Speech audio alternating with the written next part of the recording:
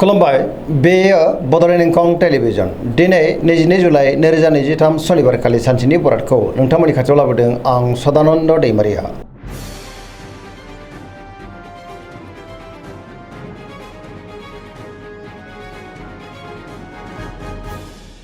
सिगां फरायनो लादों मेष राशि गिबि हांखो अ ल दिनैनि साना जोबोर मोजां जेरावबो देरहासार जानो हागोन गुबुनजों मोजां सोमोन्दो लाखिनो रोंगोन आरो सुथुरखौ गोरलैयैनो फेजेननोबो हागोन बयजोंबो अनसायजागोन मावनो लानाय खामानिखौ थि समावनो आरो गोरलैयैनो मावफुंनो हागोन सिगांनि बबेबा आद्रा खामानियाबो दिनै मावफुंजानो हागौ गोसोखौ जोबोर गोजोननाय मोनगोन देहाया मोजाङै थागोन बहानिफ्रायबा मोजां खौरां मोननोबो हागौ रांखावरियाव मोजां होनजायो बेफार फालांगियाव दिनै जोबोर मोजां मुलाम्फा मोननो हागोन आयाबो बांनो हागौ सोरबा लोगोजों बाख्नायजानोबो हागौ गुबुननिफ्राय थोजासे हेफाजाब मोननो हागोन न'खराव बिमाफोरनि अननायफोरखौ मोननो हागोन आरो बयजोंबो मोजां सोमोन्दो लाखिनो रोंगोन गुबुननि गोसोखौ दिनै गोरलैयैनो बोनोबो हागोन गोसोनि बोलोआबो बांनो हागौ समाजाव बयजोंबो मान होजागोन गुबुननि थाखाय दिनै गोबां मोजां खामानि मावनानै होनोबो हागोन लाइमोनफ्रा जोबोर रमान्टिक जागोन आरो गावबा गावनि गोसोनि साननायखौ फोरमायलायनो हागोन आरो मोजां खौरां मोननोबो हागौ पजिटिभ एनार्जिनि गोहोम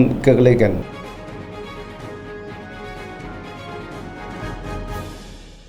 वृष राशि गिबि हांखो इ उ ब दिनैनि साना जोबोर मोजां गोसोखौ दिनै जोबोर गोजोननाय मोनगोन गोदान थांखि लानो रोंगोन गोसोनि बोलोआ बांनो हागौ मोनफ्रोम बिथिङावनो जाफुंसारगोन गोबां मोजां खाबुबो दिनै मोननो हागौ गोसोआ जोबोर खुसि जागोन गोसोनि बोलोआबो दिनै बांनो हागौ मावनो लानाय खामानिखौ मावफुंनोबो हागोन समाजाव दिनै बयजोंबो मान होजागोन रांखावरियाव मोजां बेफार फालांगियावबो मोजां गोबां धोन आरजिनोबो हागोन सोरबा लोगोनिफ्राय मोजां खौरां मोननोबो हागौ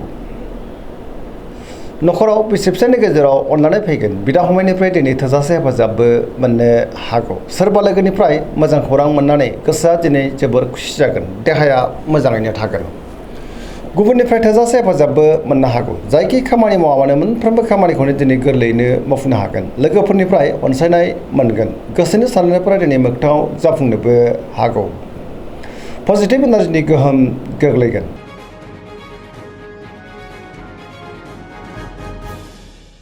मिथुन राशि गिबि हांखो क स दिनैनि साना जोबोर मोजां पजिटिभ एनार्जिनि गोहोम गोग्लैगोन मोनफ्रोमबो बिथिङावनो जाफुंसार जानो हागोन गोबां मोजां खाबुबो दिनै मोननो हागौ गोथों आरो गोग्गो साननो रोंगोन गियाननि आंखाल जानाय नङा सोरबा लोगोजों बाख्नायजानोबो हागौ गोसोआव गोथों आरो गोग्गो साननाय फैगोन देहाया दिनै मोजाङैनो थागोन सिगांनि बबेबा जेंनायाबो दिनै सुस्रांजानो हागौ रांखावरियाव मोजां बेफार फालांगियावबो दिनै मोजां होनजायो आयाबो बांनो हागौ न'खराव बिसि फिसायनि गेजेराव अननानै फैगोन बिदा फंबायजों मोजां सोमोन्दो थागोन आरो बिसोरनिफ्राय थोजासे हेफाजाबबो मोननो हागौ गोसोनि साननायफ्रा दिनै मोगथाङाव जाफुंगोन मावनो लानाय खामानिखौ थि समावनो आरो गोरलैयैनो मावफुंनोबो हागोन सोरबा लोगोजों बाख्नायजानानै गोसोआ दिनै जोबोर खुसि जागोन गुबुनजों मोजां सोमोन्दो लाखिनोबो रोंगोन बहाबा थाङोब्ला दिनै जोबोर मोजां आरो मोजाङैनो हान्थिनो हागोन समाजाव गोबां मान मोनगोन जायखि खामानि मावा मानो मोनफ्रोमबो खामानिखौनो दिनै मोजाङैनो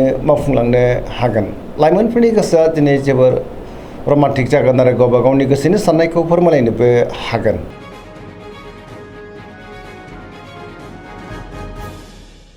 कर्कट राशि गिबि हांखो द ह दिनैनि साना मोजां आरो गाज्रिनि गेजेरजों बाबेनलांनो हागौ गोसोआव गोनो गोथो साननाय फैनोबो हागौ गुबुननि थाखाय नाङा फाङा जेंनायाव गोग्लैनांनोबो हागौ माबा नङा माबा मोनसे गोरोन्थि मावफ्लांनो हागौ सोरबा लोगोजों दिनै रायखोमा जानोबो हागौ गोसोनि साननायफ्रा देबर नांगोन गोसोआव नेगेटिभ साननायबो फैनो हागौ गोथों आरो गोग्गो साननो रोंनाय नङा गियाननि आंखाल जानोबो हागौ मावनो लानाय खामानिखौ मावफुंनो हायोब्लाबो माबा नङा माबा मोनसे गोरोन्थि जालांनो हागौ रांखावरियाव मोजां अब्लाबो नाथाय खरसायाबो बांनो हागौ बेफार फालांगियाव मोजां होनजायो न'खराव अननानै फैगोन बिदा फंबायनिफ्राय हेफाजाबखौ मोननो हागौ समाजाव नाथाय लोगो लेवानि आंखाल जानोबो हागौ देहाया मोजाङैनो थागोन अब्लाबो नाथाय जानाय लोंनायाव सांग्रां जानांगोन फरायसाफ्रा दिनै फरायनायाव गोसो दुंखांगोन आरो मोजां फिथाइ मोनगोन गुबुनजों मोजां सोमोन्दो लाखिनो गोब्राब जानोबो हागौ आरो नेगेटिभ एनार्जिनि गोहोमबो गोग्लैनो हागौ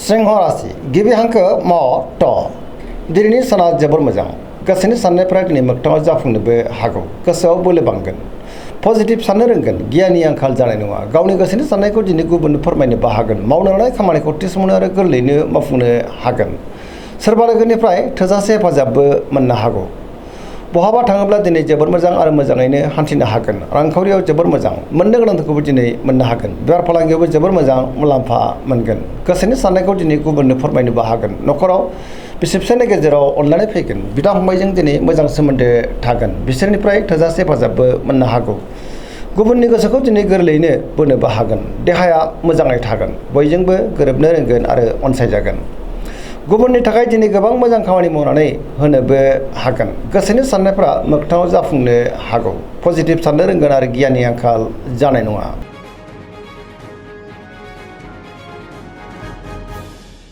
कन्या राशि गिबि हांखो प ट दिनैनि साना मोजां आरो गाज्रिनि गेजेरजों बाबेनलांनो हागौ गुबुननि थाखाय नाङा फाङा जेंनायाव गोग्लैनांनोबो हागौ गोसोनि साननायफ्रा देबारनांगोन नेगेटिभ साननाय फैनोबो हागौ गोथों आरो गोग्गो साननो रोंनाय नङा गियाननि आंखाल जानोबो हागौ मोनफ्रोमबो बिथिङावनो दिनै सांग्रां जानांगोन रांखावरियाव मोजां अब्लाबो नाथाय खरसायाबो बांनो हागौ बेफार फालांगियाव मोजां होनजायो देहाया दिनै बारा मोजां थानाय नङा गोबां रोखोमनि देहायारि जेंनाजों मोगा मोगि जानांनोबो हागौ जानाय लोंनायाव सांग्रां जानांगोन न'खराव अनलायनाय फैगोन गोबां खामानियाव दिनै मुखुबबो थानांनो हागौ सोरजोंबा रायखोमा जानोबो हागौ गोसोनि साननायफ्रा देबारनांगोन नेगेटिभ एनार्जिनि गोहोम गोग्लैनोबो हागौ लाइमोनफ्रा दिनै जोबोर आला खाला जागोन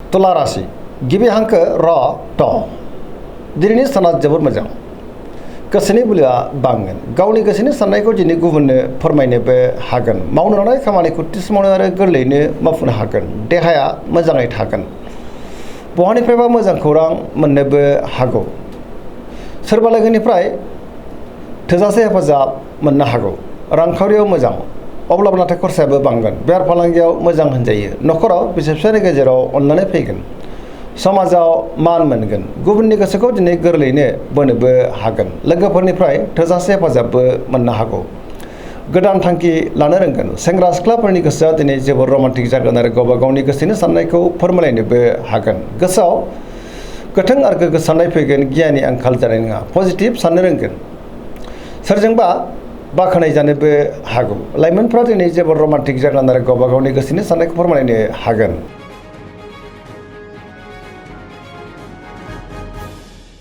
वृश्चिक राशि गिबि हांखो न स दिनैनि साना जोबोर मोजां समाजाव लोगो लेवा बांगोन गोबां मोजां मोजां खाबुबो दिनै मोननो हागौ पजिटिभ साननो रोंगोन गियाननि आंखाल जानाय नङा मोनफ्रोमबो बिथिङावनो जाफुंसारगोन समाजाव दिनै बयजोंबो मान होजागोन गोबां मोजां मोजां खाबुबो मोननो हागौ सोरबा गोजाम लोगोजों बहाबा लोगो मोननानै गोसोआ दिनै जोबोर खुसि जागोन बहाबा थाङोब्ला दिनै जोबोर मोजां आरो मोजाङैनो हान्थिनोबो हागोन गोथों आरो गोग्गो साननो रोंगोन गियाननि आंखाल जानाय नङा मावनो लानाय खामानिखौ थि समावनो आरो गोरलैयैनो मावफुंनोबो हागोन गुबुननिफ्राय थोजासे हेफाजाबबो मोननो हागौ गोसोनि साननायफ्रा दिनै मोगथाङाव जाफुंगोन गोसोनि बोलोआबो बांगोन गावनि गोसोनि साननायखौ गुबुननो फोरमायनानै गोसोआ दिनै जोबोर गोजोनगोन न'खराव बिसि फिसायनि गेजेराव अनलायनाय फैगोन गोबां मोजां मोजां खाबुबो दिनै मोननो हागौ रांखावरियाव मोजां बेफार फालांगियावबो मोजां होनजायो सोरबा लोगोनिफ्राय दिनै थोजासे हेफाजाबबो मोननो हागौ गावनि गोसोनि साननायखौ गुबुननो फोरमायनोबो हागोन सोरजोंबा बाख्नाय जानानै गोसोआ दिनै जोबोर गोजोनगोन लाइमोनफोरा जोबोर रमान्टिक जागोन आरो गावबा गावनि गोसोनि साननायखौ फोरमायलायनो हागोन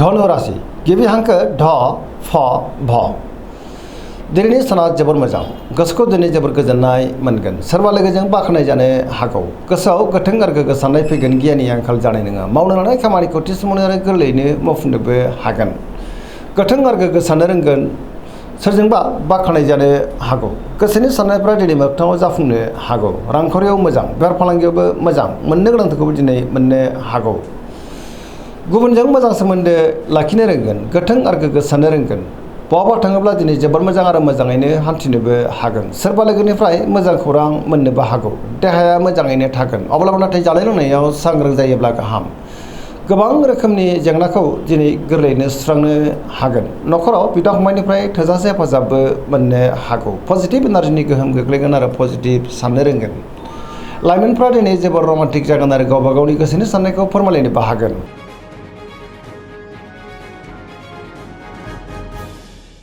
मकर राशि गिबि हांखो ख ज दिनैनि साना जोबोर मोजां गोसोनि साननाया मोगथाङाव जाफुंनोबो हागौ। मावनो लानाय खामानिखौ थि समावनो आरो गोरलैयैनो मावफुंनोबो हागोन। बहाबा थाङोब्ला दिनै जोबोर मोजां आरो मोजाङैनो हान्थिनो हागोन। रांखावरियाव जोबोर मोजां होनजायो, अब्लाबो नाथाय खरसायाबो बांनो हागौ। बेफार फालांगियाव दिनै जोबोर मोजां मुलाम्फा मोननो हागोन। सोरबा लोगोनिफ्राय थोजासे हेफाजाबबो मोननो हागौ।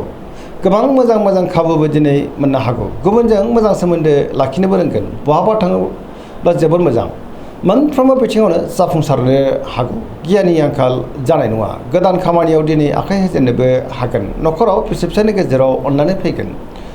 सोरबा लोगोनिफ्राय मोजां खौरां मोननानै गोसोआ दिनै जोबोर खुसि जागोन आरो पजिटिभ एनार्जिनि गोहोमबो गोग्लैनो हागौ। सेंग्रा सिख्लाफ्रा गावबा गावनि गोसोनि साननायखौ फोरमायलायनो हागोन। सोरबा लोगोनिफ्राय मोजां खौरांबो फैनो हागौ। फरायसाफ्रा दिनै फरायनायाव गोसो दुंखांगोन आरो मोजां फिथाइ मोननोबो हागोन।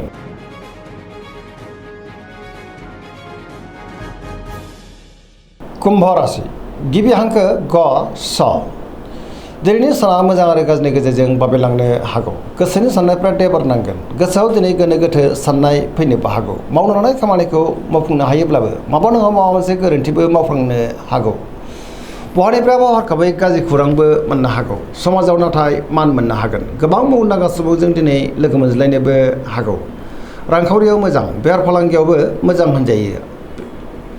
सोरबा लोगोनिफ्राय हेफाजाबबो मोननो हागोन।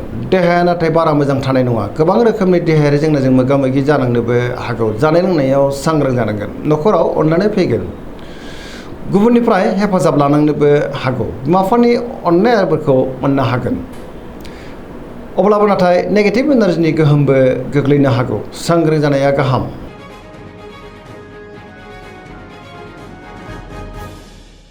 मीन राशि गिबि हांखो ड स दिनैनि साना मोजां आरो गाज्रि गेजेरजों बाबेलांगोन।